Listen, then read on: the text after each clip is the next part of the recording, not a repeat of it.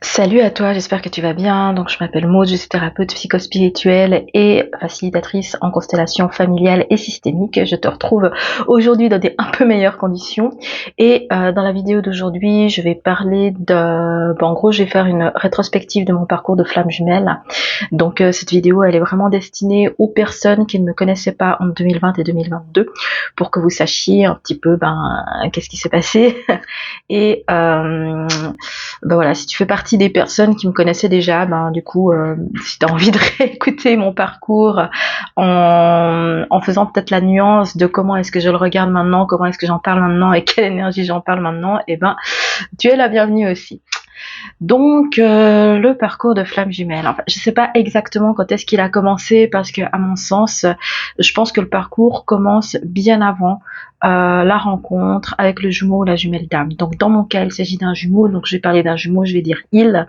Bien entendu que le parcours peut se faire avec un homme ou une femme. Tous les cas de figure sont possibles.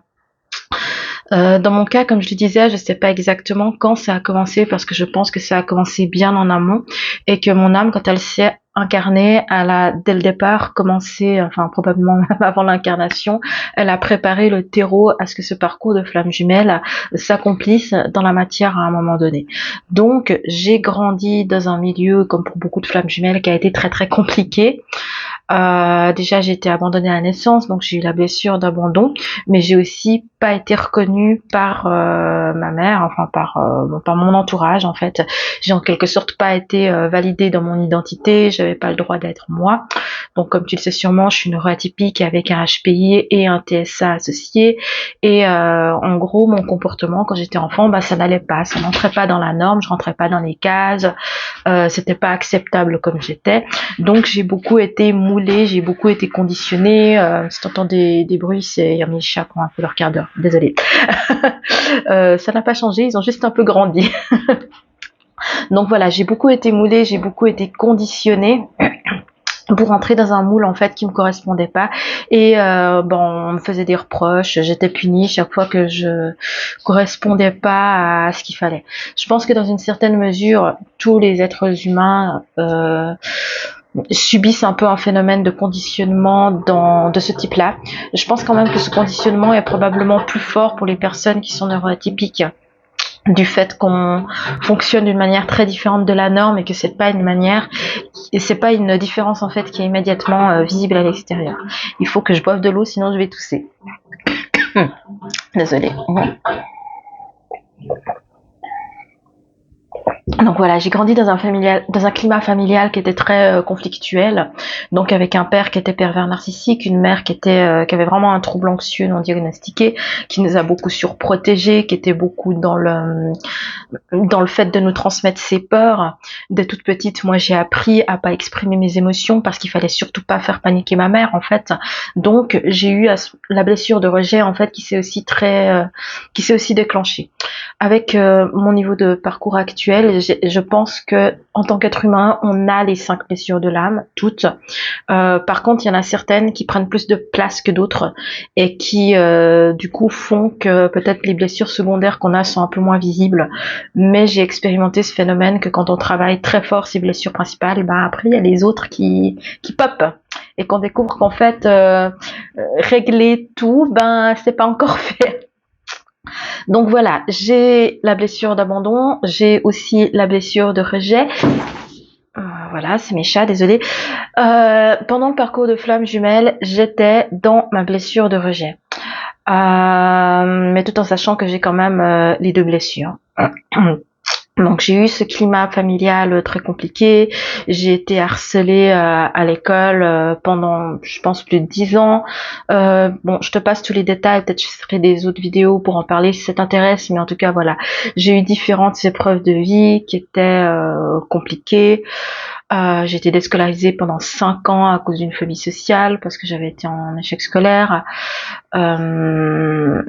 Après, j'ai rencontré la personne avec qui j'étais avant d'être avec mon jumeau, donc que je vais désigner comme étant mon ex. Donc quand je parle de mon ex, c'est la personne avec qui j'étais avant de rencontrer mon jumeau.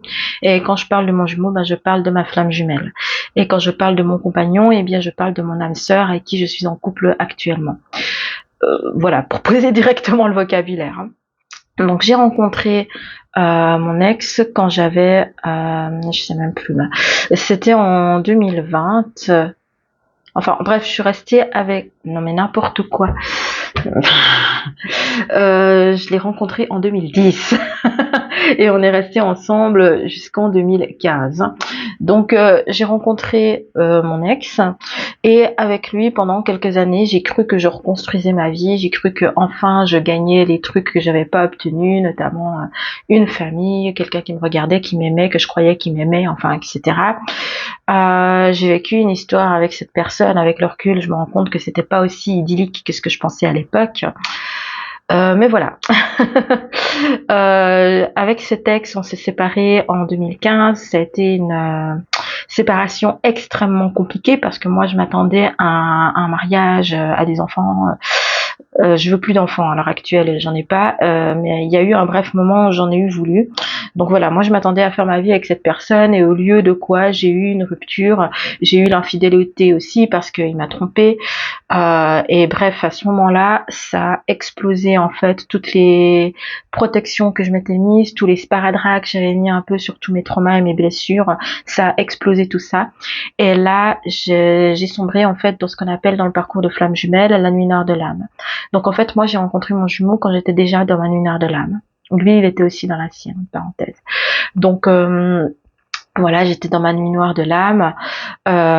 J'ai passé un certain temps à m'autodétruire, à entretenir des sentiments très négatifs, des désirs de vengeance, de haine, de je serai plus jamais heureuse, enfin etc. J'étais beaucoup dans j'étais dans une souffrance extrême. Et dans cette souffrance extrême, en fait, j'ai aussi perdu beaucoup de choses. J'ai perdu tous les amis que je m'étais fait. J'ai perdu, évidemment, j'ai dû quitter l'appartement, donc j'ai perdu mon domicile. Bref, j'avais plus rien. Plus rien. J'ai dû aussi séparer de tout ce qui est, de la plupart des choses que j'avais de ma vie d'avant, que j'avais amené dans ma vie avec mon ex. Et il y en a certaines de ces choses dont je m'étais séparée pendant la relation parce que je pensais qu'on allait construire notre vie ensemble. Mais après, les nouvelles choses, quand c'était racheté, j'ai dû les laisser. Bref, bon, j'ai beaucoup perdu de choses, beaucoup. Et du coup, ça a été pendant plusieurs mois, années, une période qui était très compliquée. Et c'est quand j'étais en plein cœur de cette minard de l'âme, en fait, que j'ai rencontré mon jumeau.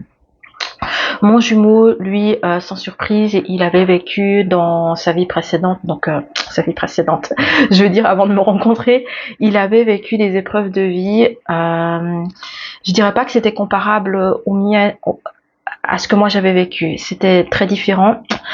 Après, je dirais que c'était semblable dans le sens où c'était des gros traumas. Je pense néanmoins que les traumas que lui a vécu étaient pires que les miens. Même si je sais pas dans quelle mesure exactement on peut vraiment comparer les traumas. Mais voilà, lui, c'est quelqu'un qui a vraiment des gros traumas dans sa vie. Et il a vécu un peu la même chose que moi avec son ex, avec qui lui, il était resté en couple pendant 12 ans, si je me souviens bien, dont 5 ans de mariage. Et en fait, il a vécu un peu la même chose que ce que moi j'ai vécu, c'est-à-dire l'infidélité, une rupture très compliquée, le fait d'avoir perdu tous les sparadraps qu'il avait cru se mettre à travers cette rencontre. Et bref, quand je l'ai rencontré, il était dans sa nuit noire de l'âme. Donc voilà, je vais pas vous faire la rétrospective dans le détail de qu'est-ce que j'ai ressenti quand on s'est rencontrés, comment ça s'est fait, le mécanisme de rencontre, fuite, etc. Je vais pas repasser tout le détail, tout ça, c'est des choses que j'avais racontées en détail dans ma chaîne précédente, mais là maintenant c'est plus forcément ce qui m'intéresse, sauf si évidemment vous avez des questions. J'en profite pour répéter que les commentaires ne sont pas ouverts sur cette chaîne et que si vous souhaitez m'écrire, c'est uniquement à mon adresse email flammejumeline@gmail.com qui se trouve dans la description de cette vidéo et que je répondrai pas sauf à travers une autre vidéo en public. Sinon, si vous souhaitez discuter en privé avec moi, c'est uniquement à travers des consultations. Non pas que je veuille pas discuter avec vous, c'est juste qu'actuellement ma vie ne me permet pas d'entretenir de longues correspondances écrites. Voilà.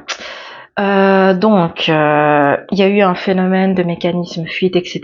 Si vous avez des questions à ce sujet, n'hésitez pas à m'écrire, comme ça je saurai au cas où qu'il y a de l'intérêt, donc c'est possible que j'en fasse une vidéo. Je dirais qu'on était beaucoup dans un mécanisme déjà de miroir. On se reflétait beaucoup l'un l'autre. On se reconnaissait parce qu'on était sur la même vibration.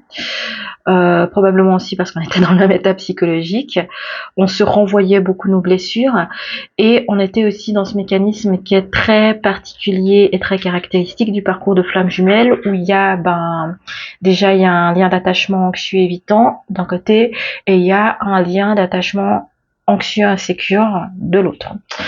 Ensuite, il y avait l'un de nous qui était dans sa blessure de rejet et l'autre qui était dans sa blessure d'abandon.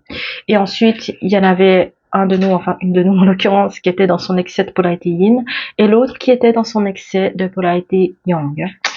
Voilà, donc il y avait toutes ces caractéristiques qui sont spécifiques au parcours de flamme jumelle qui se sont activées, avec également ce mécanisme en fait, quand moi j'étais dans ma blessure, mon propre mécanisme de défense activait chez lui ses blessures à lui et vice versa. C'est-à-dire que lui-même, ses blessures et son propre mécanisme de défense contre ses blessures activaient chez moi mes blessures, mes peurs, mon insécurité. Donc ça, j'insiste, je l'ai toujours dit et je le redis encore à l'heure actuelle, les flammes jumelles ne se font pas du mal les uns aux autres volontairement. Enfin, les flammes jumelles se font pas du mal volontairement. Il y a beaucoup d'amour dans le parcours de flammes jumelles. Il y a vraiment beaucoup d'amour. Par contre, les flammes jumelles sont deux personnes qui n'arrivent pas à être ensemble parce que elles se réactivent l'une chez l'autre. Chez chacune, en fait, il y a ce mécanisme de j'ai des blessures et j'ai des peurs et pour me protéger, je construis un masque et j'ai des réactions qui activent chez l'autre ses blessures et ses peurs. Donc on se fait pas du mal volontairement, mais c'est simplement que parce qu'on est dans nos blessures et parce qu'on a des blessures qui se complètent très bien, d'une certaine façon, on n'arrive pas à fonctionner ensemble. La blessure d'abandon, en fait, son mécanisme de défense, elle provoque la blessure de rejet, et la blessure de rejet, son mécanisme de défense, elle provoque la blessure d'abandon. Donc ça fait une roue de hamster comme ça qui se tourne en rond.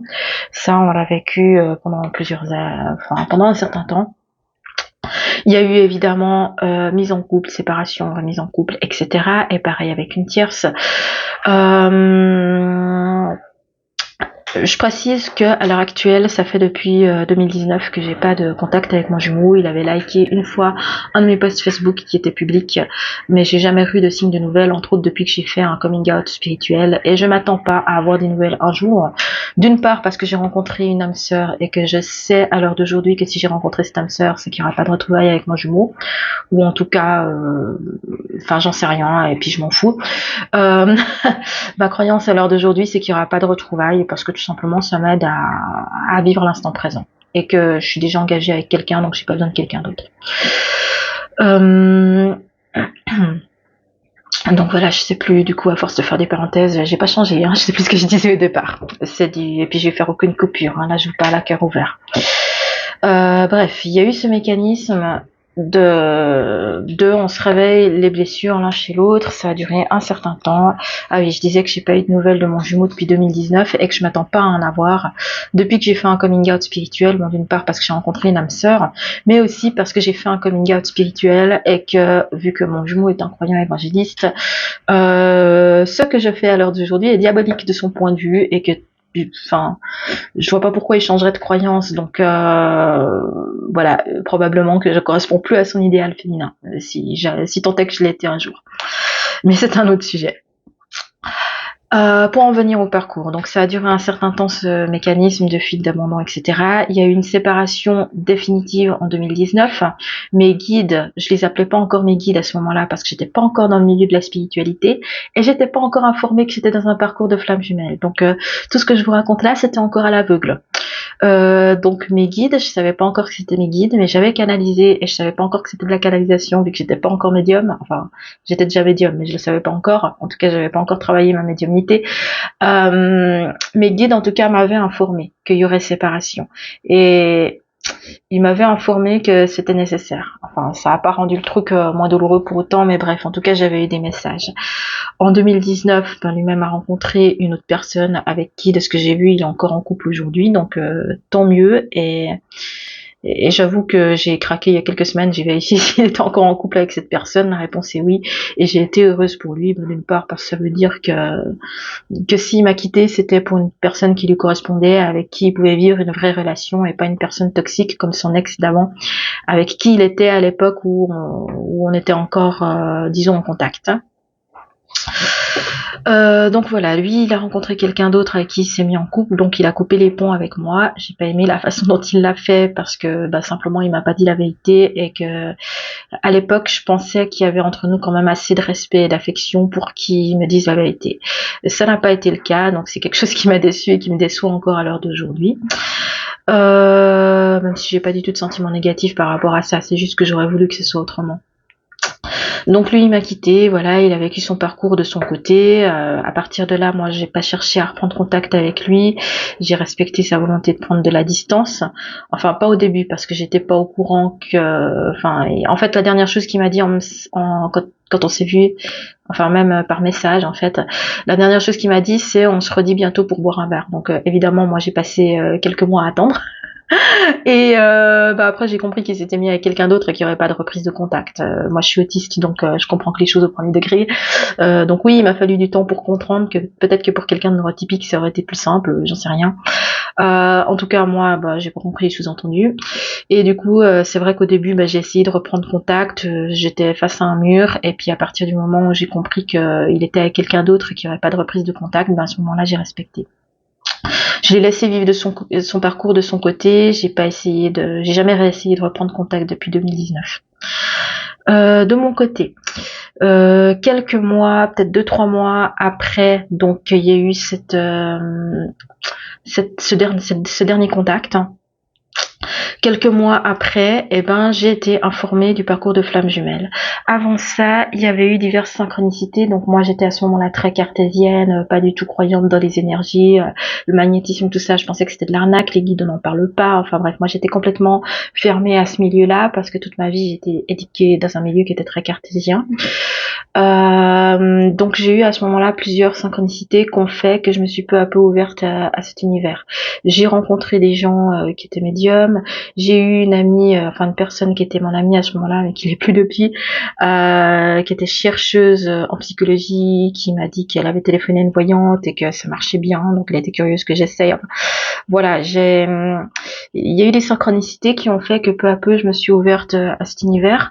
Il y a aussi eu le fait que moi-même, j'étais dans le mal-être et j'ai eu un déclic profond à un certain moment donné. C'était que je me suis rendu compte que j'étais dans le mal-être le plus suprême et que si je faisais rien, j'allais rester comme ça toute ma vie. Donc soit je me suicidais, soit je décidais de faire quelque chose et j'ai décidé de faire quelque chose, sinon je serais pas là aujourd'hui. Et se décider de faire quelque chose, ça a été j'essaye des choses auxquelles je croyais pas. J'essaye n'importe quoi, même l'ésotérisme, tout, du moment qu'il y a un espoir que ça puisse m'aider. Moi, entre la neurodiversité, la neurodivergence, l'abandon à la naissance, l'adoption, la famille toxique, moi j'étais un cocktail psychologique qui était presque insoluble pour un psy.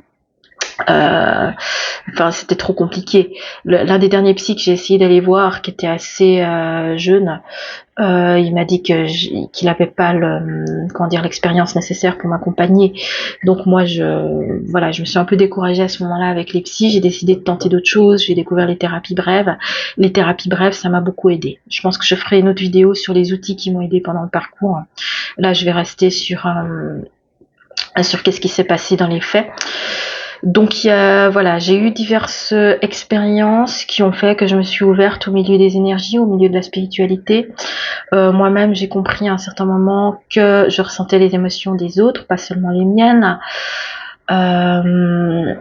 Donc voilà, petit à petit, j'ai compris que les réponses que je cherchais au niveau de comment arrêter de me sentir mal, comment arrêter de ressentir les émotions des autres gens, tout ça, j'avais mes réponses en fait dans l'énergétique, dans la visualisation, dans tout ça. Donc j'ai commencé à plonger dans ce milieu-là parce que je cherchais des solutions à mon mal-être. Je cherchais des solutions pour pouvoir méditer sans que mon corps il se tourne dans tous les sens parce que j'avais le corps qui bougeait tout seul quand je méditais. J'ai cherché des réponses et je les ai trouvées dans l'énergétique et dans la spiritualité. Donc j'ai vraiment plongé dans ce milieu-là. Et à un moment donné, j'ai fini par moi j'avais déjà à ce moment-là l'information qu'on était dans un lien bizarre avec mon jumeau parce que j'arrivais pas du tout à m'en dépêtrer en fait. Je restais en fait dans l'attachement et dans la blessure tant que j'avais pas fait mon travail sur moi. Et il y avait tellement de synchronicité, de trucs qui se voilà, des signes que même quand on croit pas au guide, quand on croit pas à la spiritualité, quand on est très cartésien, à un moment donné, voilà, à force d'avoir des messages, des synchronicités, des machins, des trucs, à un moment donné, j'ai quand même fini par rapprocher les ponts et me dire mais il se passe un truc bizarre. Et ça a été en fait seulement quand mon âme très rationnelle et cartésienne a été prête à accueillir l'explication des flammes jumelles que le nom flamme jumelle m'a été donné. Et à ce moment-là, moi, j'étais aussi dans une petite période d'addiction à la voyance. Et quand j'ai compris que j'étais dans un parcours de flamme jumelle et que la résolution du parcours de flamme jumelle, c'est de travailler sur soi, c'est de guérir, c'est de transcender en fait ses peurs et ses traumas. Et à ce moment-là, j'ai compris en fait que c'était pas la voyance enfin voilà, que mon destin en fait, il était dans mes mains. En fait, pas forcément mon destin au niveau des retrouvailles avec mon jumeau, parce que c'est pas forcément ça le but du parcours de flamme jumelle. En tout cas, c'est mon positionnement à l'heure d'aujourd'hui. Euh, j'ai compris en fait que c'était à moi de changer quelque chose et que c'était pas à l'extérieur. Donc, j'ai commencé à travailler sur moi. J'ai commencé à soigner mes traumas. J'ai reprogrammé en fait toutes mes peurs, tous mes traumas, toutes mes croyances. En fait, je suis allée reprogrammer tout ce que je pouvais en allant traiter tout ce que je pouvais dans ma vie au niveau de tout ce qui était douloureux. J'ai travaillé avec la méthode de Mélo de Pascal Montagnac qui m'a énormément aidée. À l'heure d'aujourd'hui, quand j'ai encore ce type de travail à faire, parce que ça m'arrive évidemment, je travaille plutôt avec la thérapie psychospirituelle, qui est la méthode dans laquelle je suis formée, et qui dans les grandes lignes ressemble beaucoup à la méthode de Mélo, si ce n'est que, à mon sens, la thérapie psychospirituelle est plus complexe et plus complète et plus variée. Voilà, mais à l'époque, en tout cas, la méthode de Mélo avait beaucoup dégrossi le travail que j'avais à faire. Je me suis fait accompagner également par des personnes en thérapie brève. J'ai fait un peu, j'ai un peu tout expérimenté, diverses choses en tout cas qui m'ont beaucoup aidé. Je me suis fait coacher, j'ai rééquilibré mon yin et mon yang vu qu'à l'époque j'étais dans un excès de yin, donc j'avais pris un coaching avec quelqu'un pour aller dans le rééquilibrage de mes polarités yin-yang. J'ai développé mon yang, je l'ai même tellement développé qu'à un moment j'ai switché. Et à ce moment-là, j'ai compris qu'en fait, j'étais appelée non pas à avoir moins de yang, et j'ai toujours autant de yang qu'à l'époque, pour les gens qui me connaissaient déjà et qui s'étaient posé la question. Mon yang est très fort. À l'heure actuelle, je l'ai beaucoup développé et je continue à le développer en m'ancrant au quotidien. Par contre, ce que j'ai compris à l'époque, à cette époque où j'avais switché, c'était que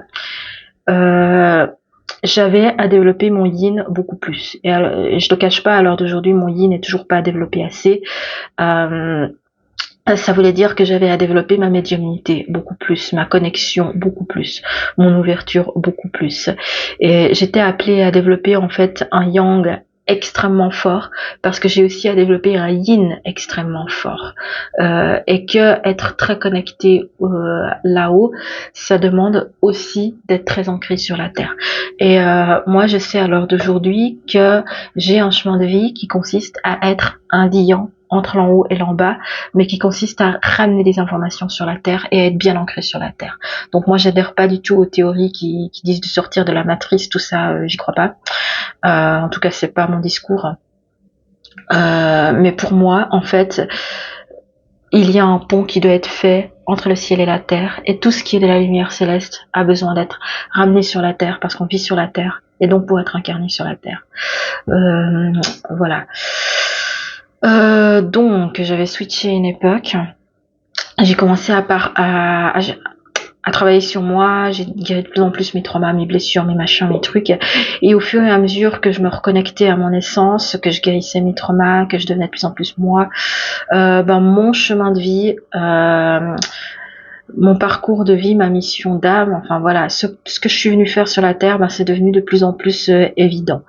Parce que ce que j'ai compris à un certain moment, c'est que être dans sa mission de vie, ça consiste à être connecté en haut, Donc être connecté à recevoir, pas forcément la canalisation, parce que forcément on reçoit tous l'inspiration d'une manière différente, mais ce qu'il faut comprendre, c'est que les idées, l'inspiration, tout ça, c'est aussi des choses qui traversent, enfin qui viennent à travers le canal, parce que ça vient directement d'en haut.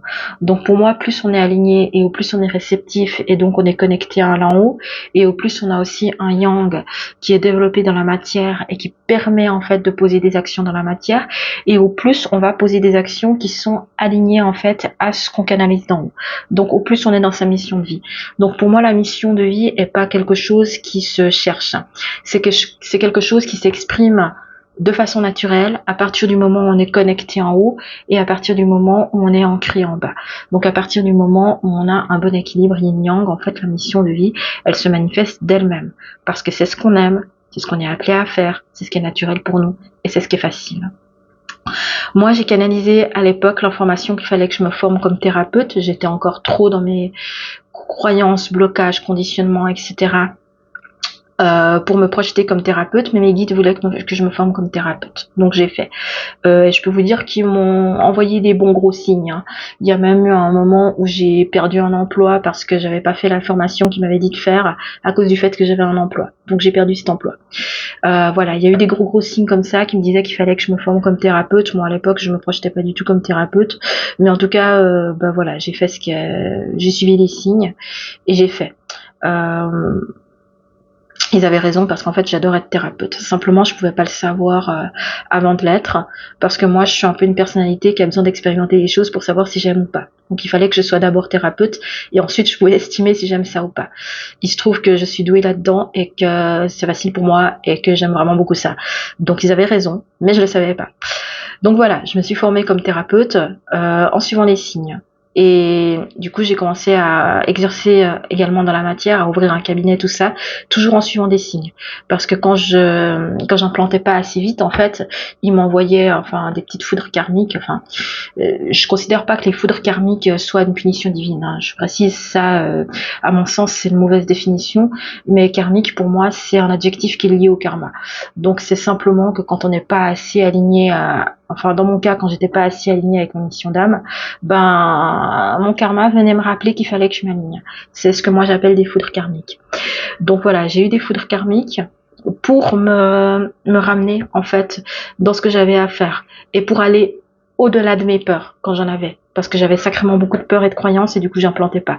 Donc plusieurs fois ils m'ont exhorté, on va dire, à aller au-delà de mes peurs pour implanter cette mission en fait, pour pas rester passive. Donc j'ai ouvert mon cabinet, j'ai commencé à exercer, et quand j'ouvrais mon cabinet et que je commençais à exercer, au plus j'étais alignée et au plus ils m'envoyaient des clients. Ça veut pas dire que ça a été simple, au contraire. Moi, je considère que j'ai eu 2 grosses périodes de travail sur moi dans ma vie. La première grosse période, ça a été pendant le parcours de flamme jumelle. La deuxième grosse période, ça a été quand j'ai lancé mon entreprise et que je me suis heurtée à d'autres croyances limitantes, à d'autres blessures, à d'autres conditionnements, parce que en fait, être entrepreneur, ça demande d'aller au-delà de juste se sentir bien au quotidien. Ça demande de surmonter la peur d'être visible, de surmonter la peur de se mettre en avant, de surmonter la peur d'être proactif. Enfin voilà, plein de choses comme ça qui pour moi étaient pas nécessaires tant que j'essayais pas d'être entrepreneuse. Donc je vivais une vie heureuse et j'allais très bien. Mais lancer mon entreprise, en fait, ça m'a demandé d'aller au-delà de ça et de pousser en fait encore plus loin mon travail sur moi. Donc voilà, je considère qu'il y a eu 2 grosses périodes de travail sur moi dans ma vie, le parcours de flamme jumelle et l'entrepreneuriat. Voilà, faut que je termine dans 8 minutes parce que j'ai un rendez-vous après. J'espérais que j'avais le temps, mais je suis en train de vraiment m'étaler. Au fur et à mesure que je commençais à développer mon entreprise, j'ai commencé à canaliser l'information, même si je l'ai rejetée dans un temps, qu'il fallait que je quitte le milieu des flammes jumelles. qu'il fallait, et pour moi c'était compliqué parce que j'avais quand même un peu construit quelque chose avec le parcours de Flamme Jumelle. J'avais une chaîne YouTube avec 1500 abonnés, j'avais des gens qui venaient vers moi qui voulaient me consulter d'eux-mêmes, et en même temps moi j'avais envie de travailler en présentiel, et surtout j'avais envie de travailler avec des tarifs suisses. Enfin, travailler online avec des tarifs français, c'était pas forcément quelque chose qui me convenait, et moi je suis à l'aise dans le one-one, donc j'ai pas envie d'escaler, de faire des groupes de 600 ou 500 personnes, tout ça, ça me fait pas du tout rêver.